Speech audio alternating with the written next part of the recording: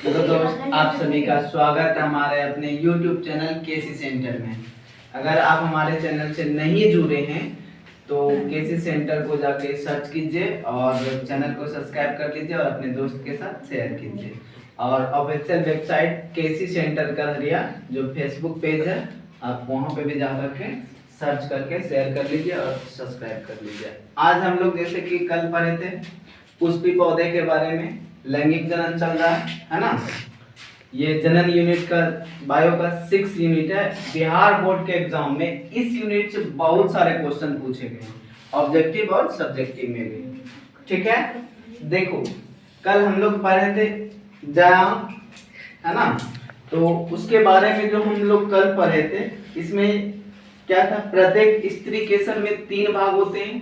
क्या क्या होता है, अंडाशय, उसके बाद वर्तिका और तीसरा वर्तिकाग्र, है ना। इससे पहले हम लोग क्या क्या पढ़े थे, बाह्य दलपुंज, उमंग, दलपुंज, है ना, और व्यायाम, है ना। इसका अध्ययन हम लोग कर चुके थे। आज जो हम बात करेंगे अंडाशय, है ना। देखो अंडाशय क्या होता है ना, प्रत्येक 2 जोड़ी का होता है ओवरी। ठीक है, ओवरी में क्या होता है, अंडाशय का निर्माण होता है नहीं। तो देखो इसका डेफिनेशन क्या कहता है कि अंडाशय एक महिला प्रजनन तंत्र है। ठीक है, देखो क्या कहता है, मार्कर, रेड मार्कर कहाँ गया है। देखो कहता है क्या, अंडाशय जो है क्या है, एक महिला प्रजनन तंत्र का एक महत्वपूर्ण अंग होता है। क्या होता है, एक महत्वपूर्ण अंग होता है। यह महिलाओं के शरीर में उत्पन्न होने वाले अंडों को तैयार करता है। ओवरी में जैसे कि हम बताए थे कि ओवरी में क्या होता है, अंडाशय का निर्माण होता है नहीं।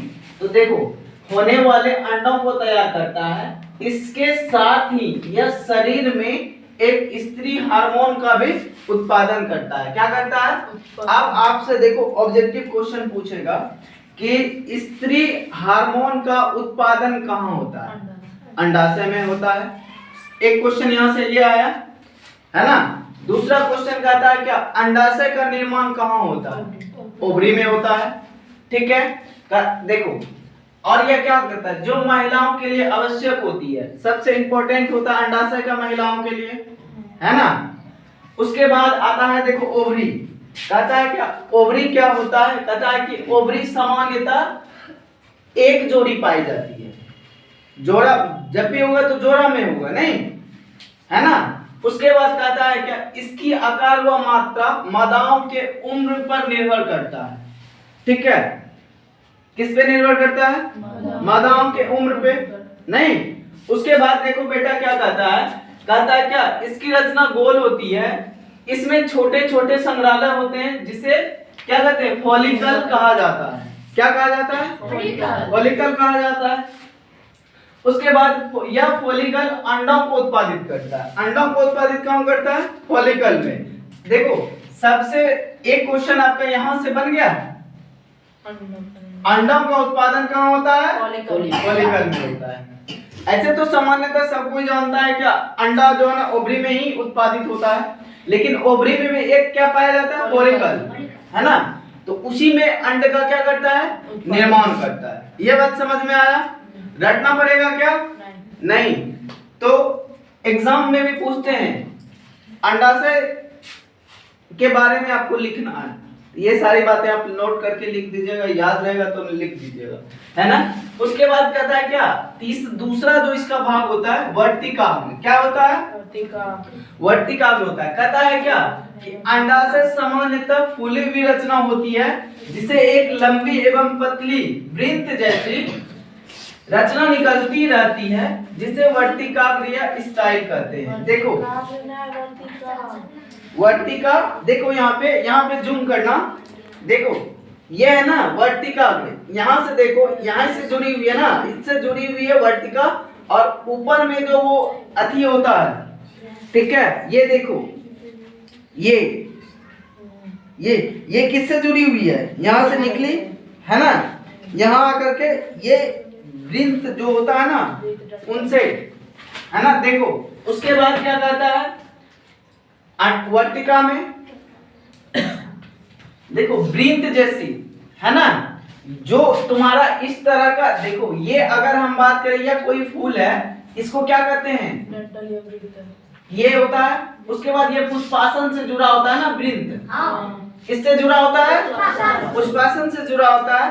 और उसके यहाँ पे यही इसी में यहाँ पे क्या पाया जाता है, परागकण।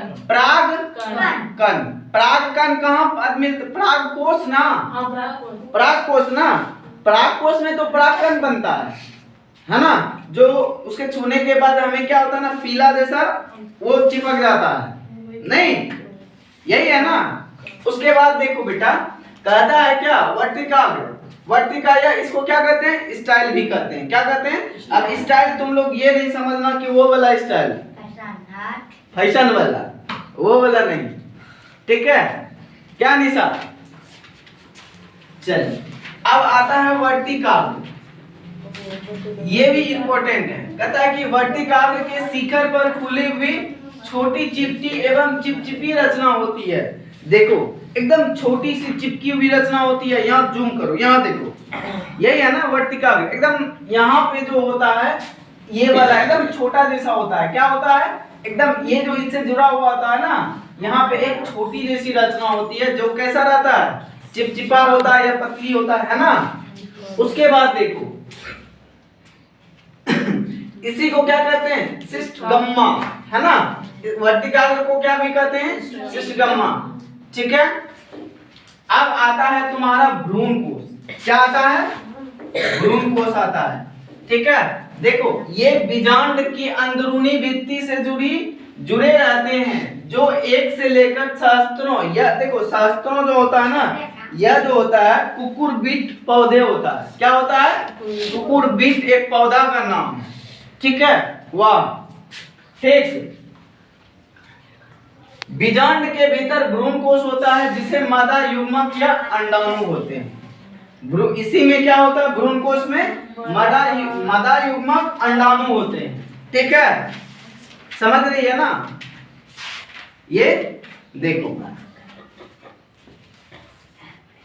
यहाँ देखो, अब इस पे देखो, ये तुम्हारा बीजांड हो गया ना, ये बीजांड में ही क्या पाया जाता है, अंडाशय, क्या पाया जाता है, अंडाशय पाया जाता है, ठीक है, समझ रहे हो ना। यहाँ जूम करो, उतना बड़ा ड्राइंग है नहीं, ठीक है, यहाँ जूम करो, यहाँ देखो, इस पे फोकस करो, यही है ना बीजांड, ठीक है। बीजांड में ही क्या होता है, अंडाशय होता है। ये चीज सबको समझ में आ गया, ठीक है।